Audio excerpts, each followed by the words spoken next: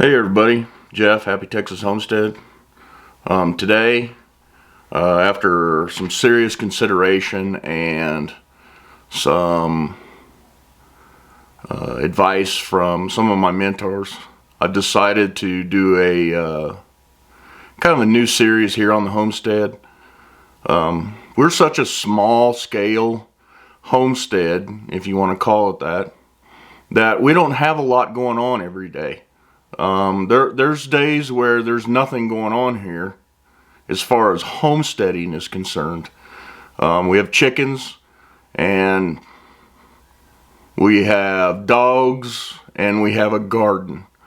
So not a lot new to show people every day. We don't have goats. We don't have baby goats being born.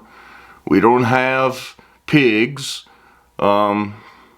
But we do have a little bit, so I've decided to go ahead and show what I do on speaking of dogs, got a dog hair in my mouth.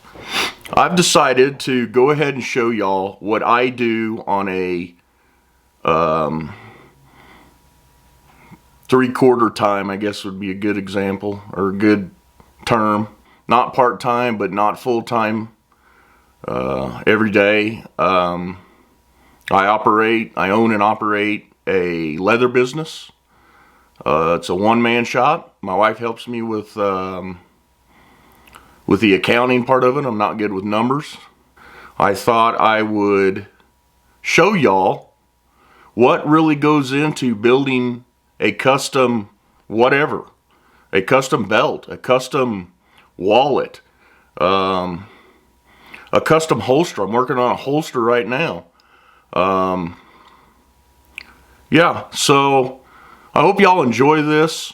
Like I said, it's extremely slow around here with homesteading, and I want to continue to make videos for y'all, and I took a long time thinking about this and consulted with several people on whether I should do this or not, and everyone's response was, it's part of my life, it's part of my daily life, and at the end of the day, it's my channel. I can do whatever I want on there, but I want to put out quality content for y'all. It's not about me, it's about what y'all want to see, and I think people would be interested in seeing what goes into making the stuff that they see on my site, the stuff that they see in stores, the stuff that they see online. So anyway, we're gonna get off into it. I'm gonna give you a little tour of my shop. It's small. It acts as a project workshop sometimes, because it's conveniently located to the backyard. But I make do with what I got. That's what you got to do. So yeah, I just want to go through, show you kind of my workspace, and we'll go from there. I'm probably just going to do a simple bifold money clip type wallet and walk you through the entire process of that. And we'll do it in, I don't know, 5 or 6 parts. There'll be, I don't know, 5 to 10 minute videos maybe. We'll see. I'll see how detailed I can get and how much content I can get out for y'all. So anyway, let's take a look at the shop. So this area is where I do all of my tooling. This is kind of the brain of the whole operation right here. This is where everything gets done. As you can see, I got a project going there. Got the holster going. These are all my tools, stamping tools. I got patterns there. I'm kind of busy. It's Christmas is coming and trying to get ready for Christmas orders. Over here, I've got my toolbox that has all of my special tools, I guess would be a good word. These are all special tools that I need, and I'll show y'all as we go along. As we go along and build this project. Some of this stuff I won't use. Most of it I won't use. Some knives, basic hand tools, all my drawing tools, and miscellaneous. So next is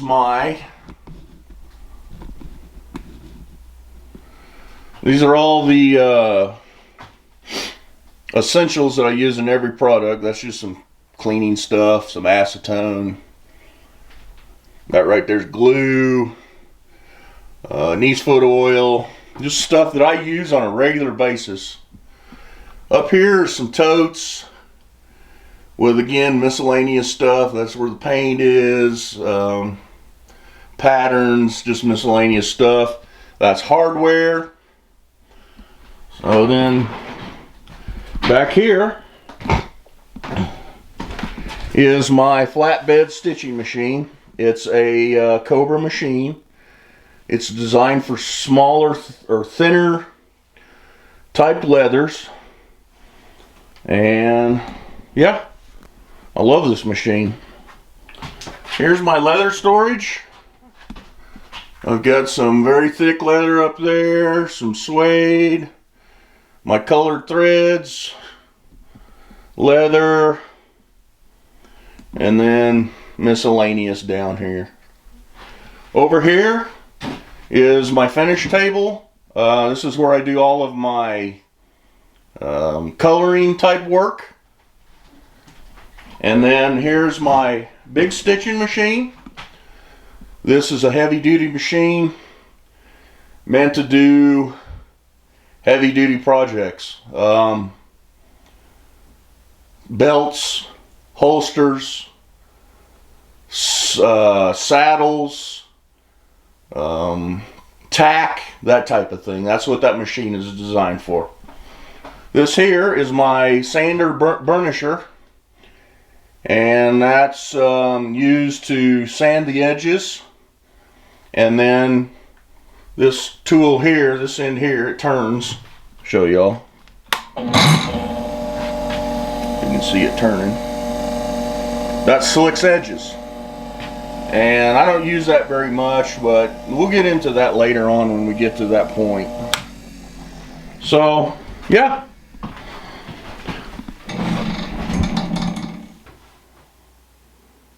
Alright, so what we're going to be building is one of these. This is just a simple money clip wallet. I don't have the clip in there yet because I'm waiting on them to be delivered. But I'll walk you through that process. We'll probably tool one. And if you don't understand what tooling is, we'll figure that out as we go. So, yeah. So the first thing I do is I get my patterns together, which they're conveniently located right here. So these are my patterns. That's the pockets, for the pockets. It says cut 2 from 2 to 3 ounce leather. That's very thin leather. Leather's measured in ounces. And I don't know why, way back when, I don't know. It just that way. And you just learn what 2 to 3 ounce is. You just learn that with time. This is my main body piece. It says cut from, if you can see it, cut from 4 to 6 ounce. And I only need one of those. And then this is my wallet liner. Also cut 1, 2 to 3 ounce. These are holes where I punch for the clip to go down through. And so I've got my pattern ready. The next thing we do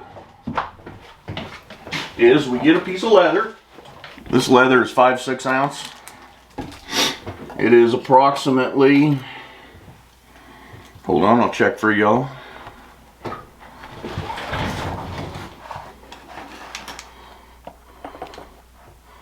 .09 inches, which is about 6 ounces. So that's what we're going to work with. Pick a spot, it don't matter where. We'll come down here to the bottom.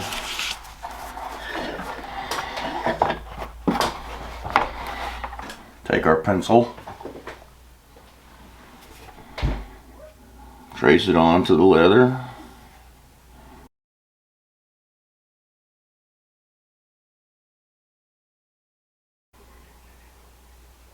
Okay. So I have this cutting mat, and for this smaller leather I usually use it because it's just as easy. I'm already here, so yeah. I take my straight edge, lay it on my line,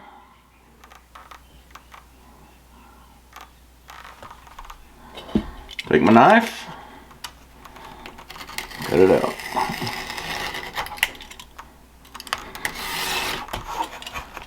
That's simple.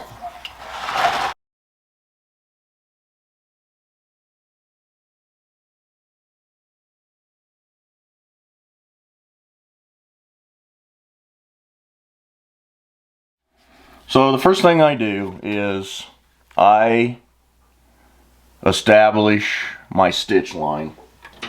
That's kind of important because if you're going to put any kind of design on here, anything, including my maker's mark, which I'll show y'all in a minute, you need to know where that stitch line is, because everything you do has to be from this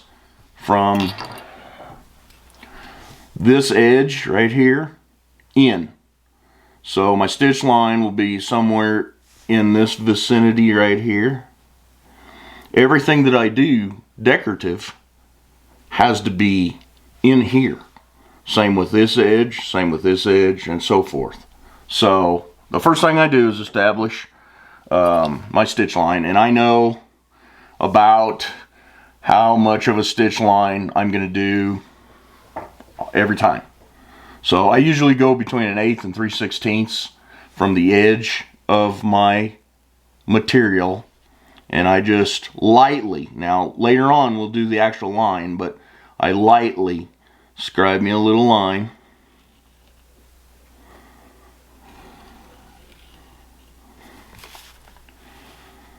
So that I have a general idea of where to put my design.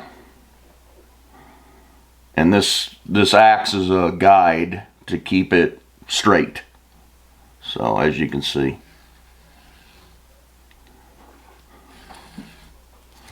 So there's the stitch line on that side. And then over here we do the same thing.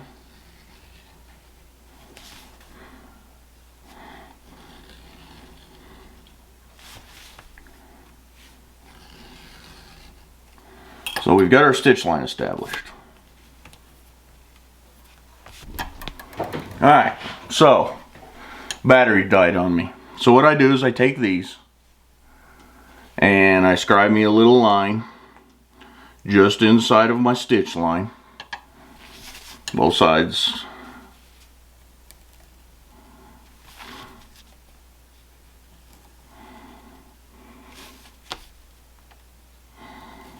Okay, we've got our border line. What I like to do after I create that border line, because sometimes it's hard to see, is I will take my pencil. This is a 8B, which is very soft lead, and I just kind of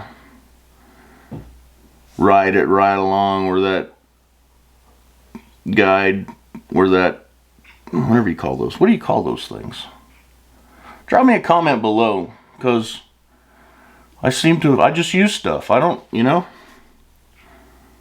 Anyway, put my pencil line in there.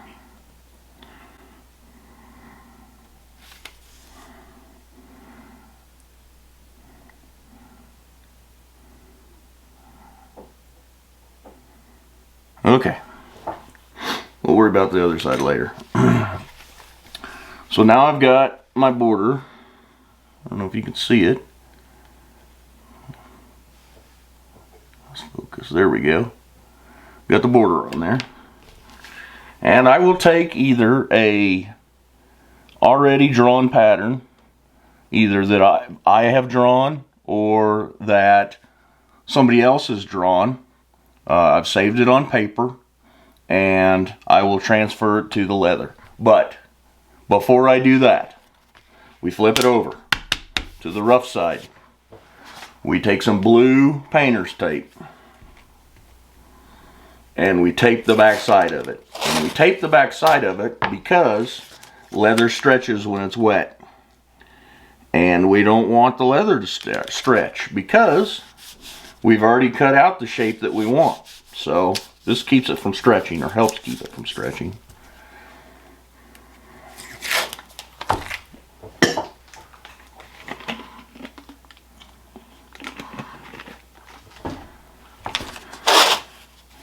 Usually I have music going, but I don't want to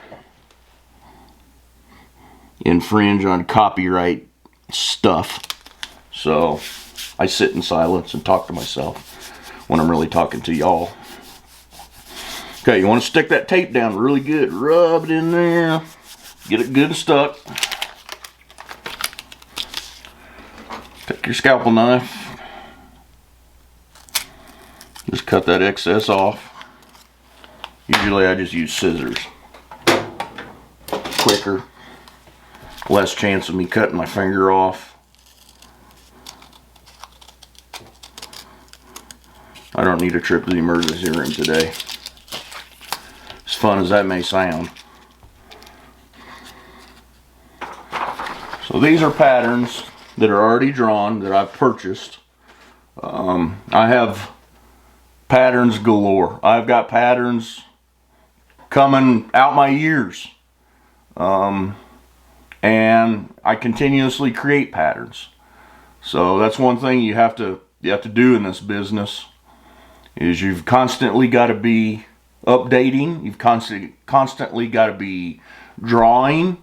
You've constantly got to be tooling to improve your skills. I've been at this for 20 years. I'm not perfect. I'm not great. There's mistakes in every project that I complete. You might not see them, but I know they're there. Leather work is a lot like golf. I don't think you can ever master it. There are very few people in this world that have truly mastered leather work, and those people are extremely talented and blessed with the ability to do such things. I'm not one of them. I've had to learn, work, take classes, and practice to get where I am. All right, so the next thing I do, I set this aside, and I get some, this is actually cardstock, is what this is, this paper. It's very thick, and I transfer the pattern, this pattern, onto this, and then I use this to transfer the pattern onto the leather. So what we'll do is, I'll trace this pattern out real quick.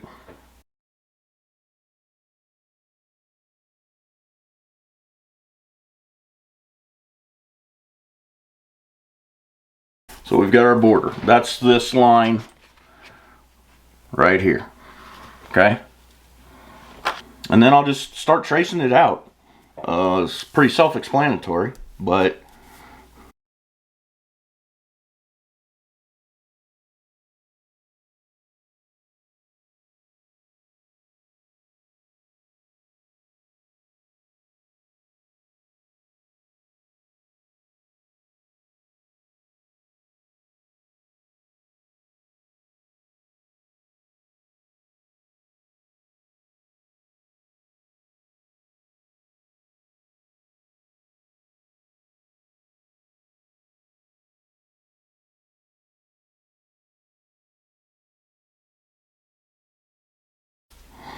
Alright, got all the lines traced. Perfect. Now, the next thing we're going to do is we're going to do what they call case the leather, okay? In order to make any design on this leather, you need to wet the leather, okay?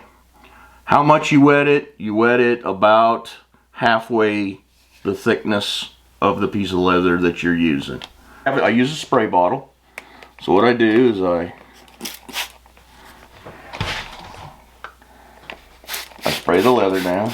Now when you put water on leather, even if you're not going to do anything back here on this side, you need to wet the entire piece. Because if you don't, there will be water stains on the leather. And then that will show on the finished product and it looks terrible.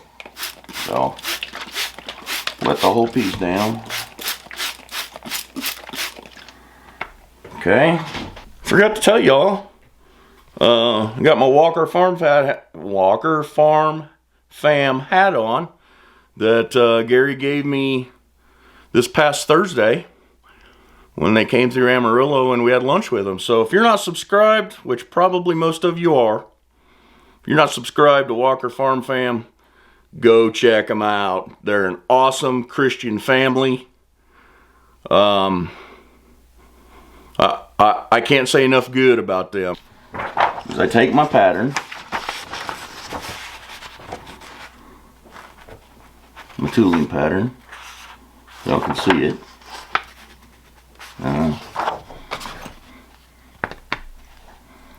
Lay it on my leather.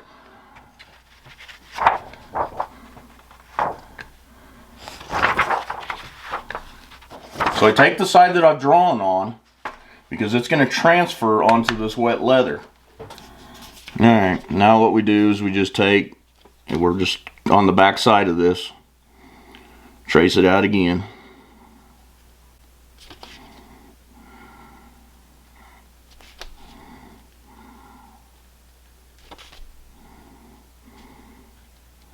It's important to keep everything in place though.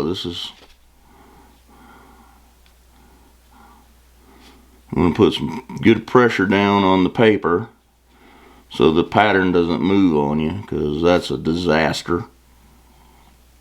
Ask me how I know.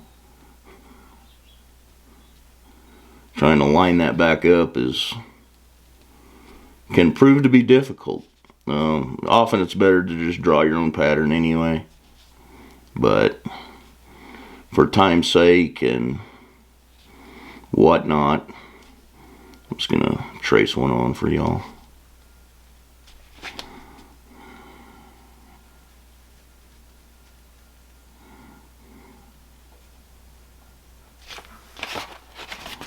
Okay. Get our vines.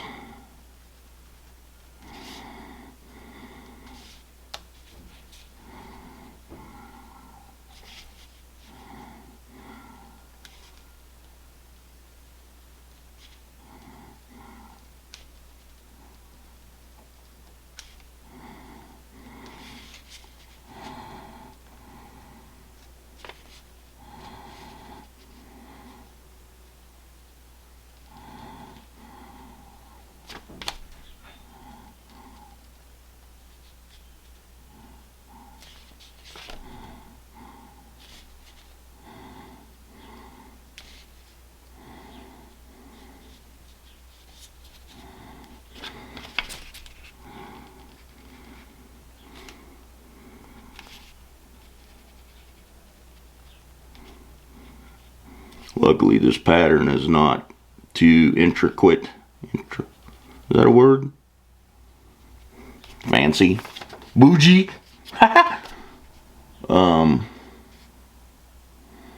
So there's not a lot of lines to be copied on here.